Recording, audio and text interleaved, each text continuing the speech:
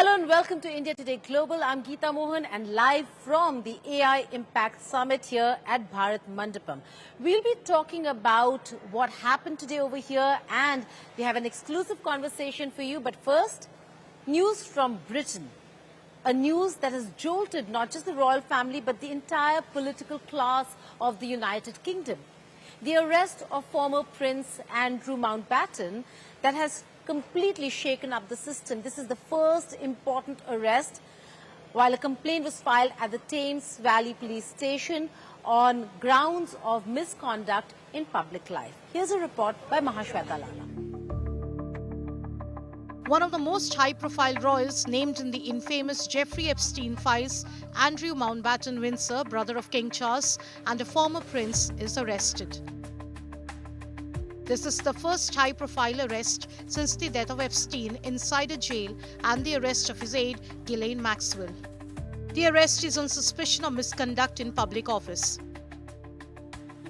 The Thames Valley Police in a statement said, and I quote, "As part of the investigation, we have today arrested a man in his 60s from Norfolk on suspicion of misconduct in public office and are carrying out searches at addresses in Berkshire and Norfolk.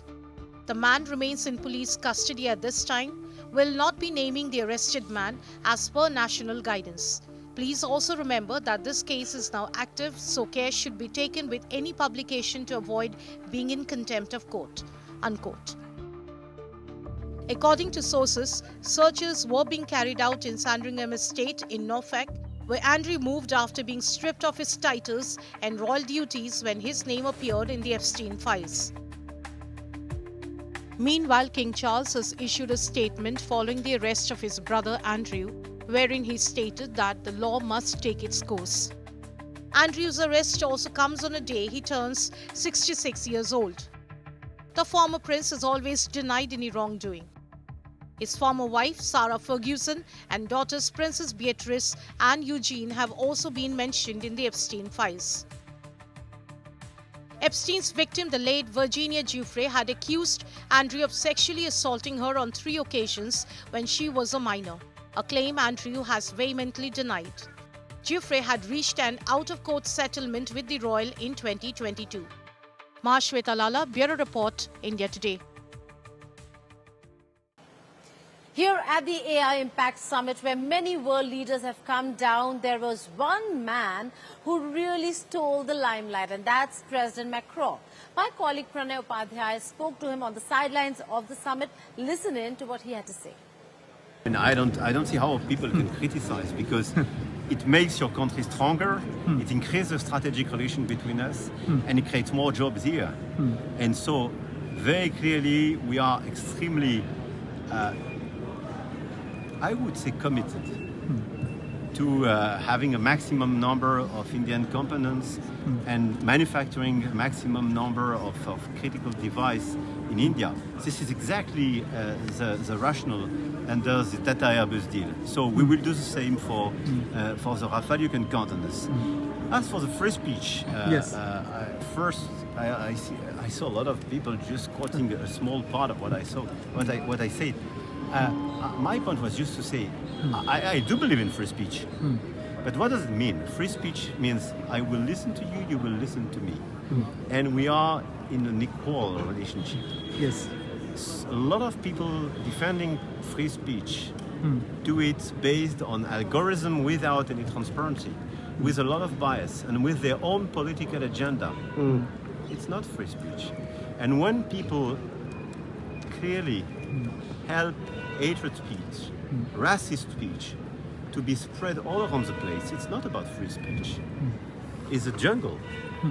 Earlier, I spoke with the Prime Minister of the Netherlands on various aspects. AI, is it an enabler or a disruptor? What's happening in this changed world order and a changing world system?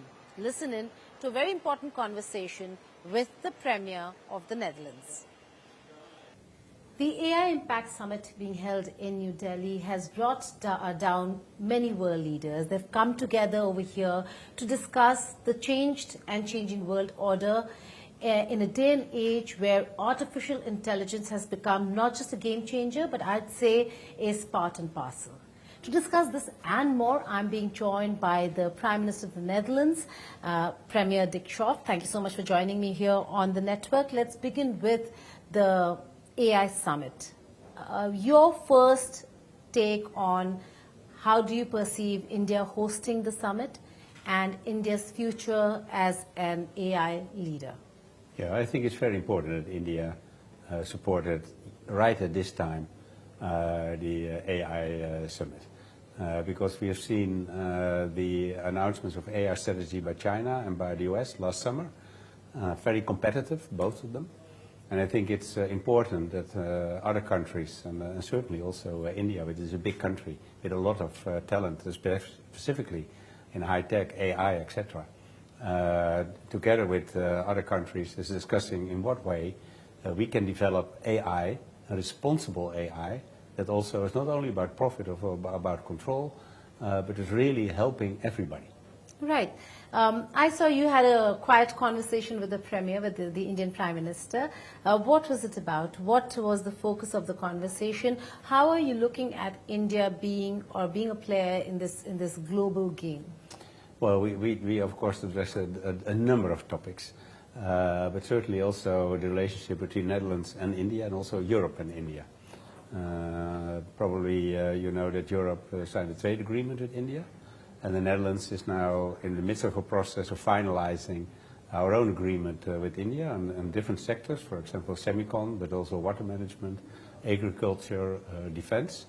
And we hope that Prime Minister Modi will be able to come to the Netherlands before summer to sign this agreement, because it will really give a new input and extra stimulus for the excellent relationships that we already have. And the Netherlands is, I think, the fourth investor in the world in India, which is, I think, is important as well.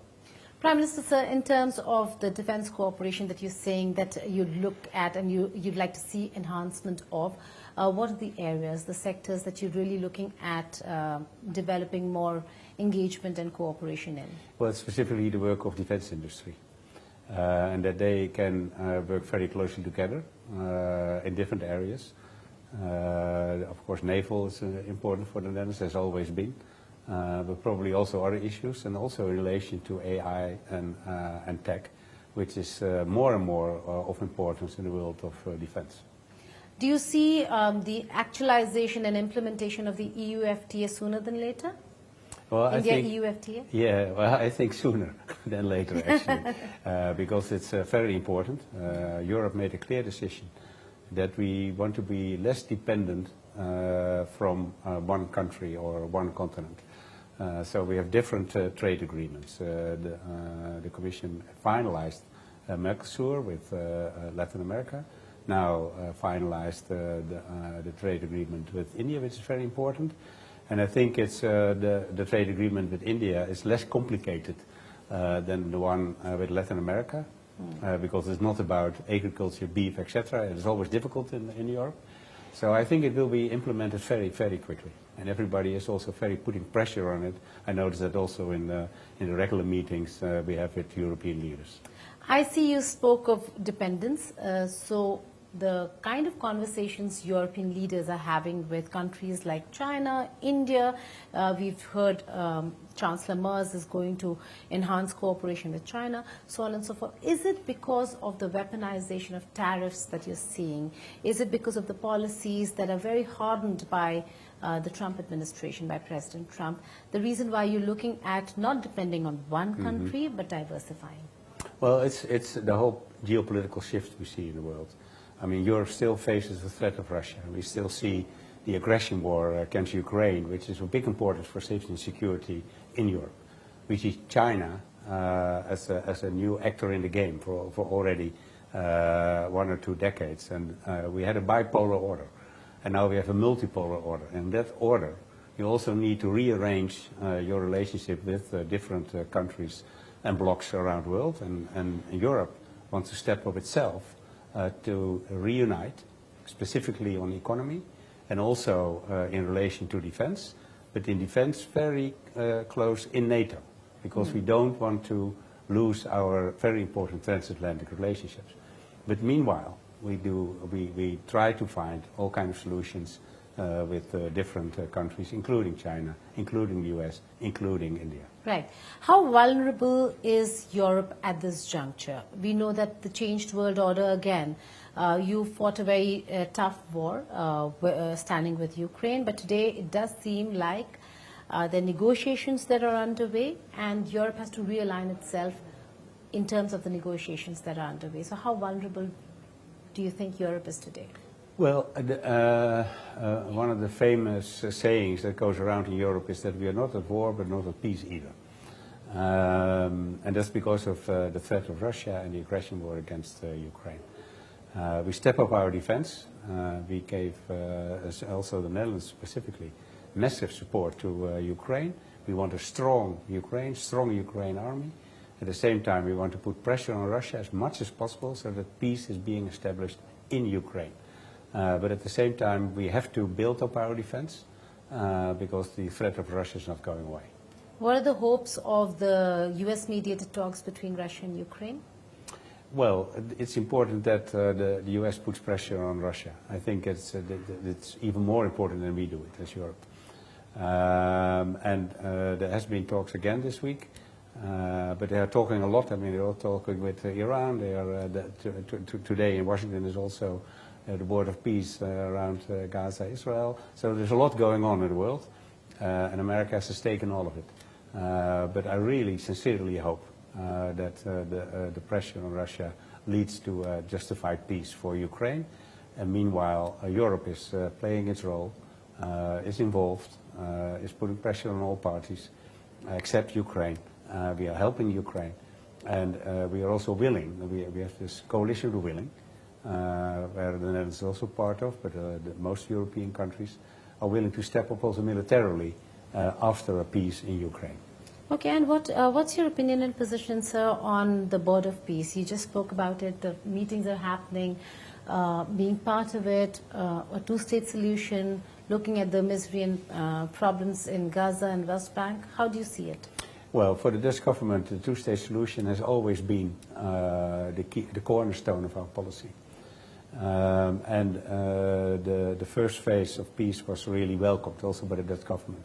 I myself was in Sharm el-Sheikh also at that moment. We are on a political level not in Washington because the Board of Peace is now not only about Gaza but is much broader. So we have a lot of questions about the Board of Peace. But our ambassador is in Washington as an observer, so we have not made a decision about joining the Board of Peace. Okay, and circling back to the AI summit before I let you go, Yes. Prime Minister Narendra Modi today said that AI should be child-safe and family-guided. How important is it for the Netherlands to ensure that AI does not become a disruptor but an enabler, and that children are safe in a day and age where we're looking at files coming out left, right and center of how vulnerable our children can really be? Yeah, well, there's only one answer possible. It's very important. And it's also part of what I'm saying is responsible AI. And it also goes to vulnerable people, like children. I mean, they believe everything they see. So you have to be very careful, and I know that's also in discussion in the Netherlands and also in Europe, whether we should follow the example of a barrier before the age of 15 or 16, something like that. But it's a discussion that's not finalized in the Netherlands yet. But the issue of responsible AI and making sure that children don't get the wrong content or get fake information or false information is very, very important.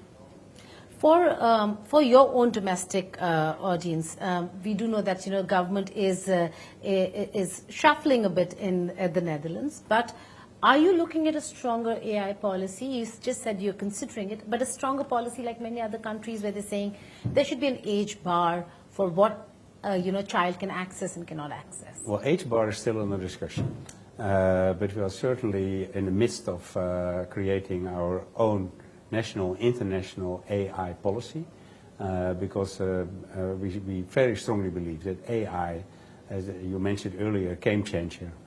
It's even more than that. So we have to need a policy, and the part of that policy is partnership with other countries, and not only within the EU. It's important within the EU, but also with other countries and certainly India, because we've got a great talent base over here. And I think we have some shared values that we want responsible AI, and that's also what we are in the Netherlands and also in Europe are looking for. Finally, sir, before I let you go, there's a massive north-south divide that we're seeing now, and it's increasing furthermore. In a scenario such as this, what role, you're on Indian soil, so I ask you this, what role can India play in leading or paving the way forward for the global south?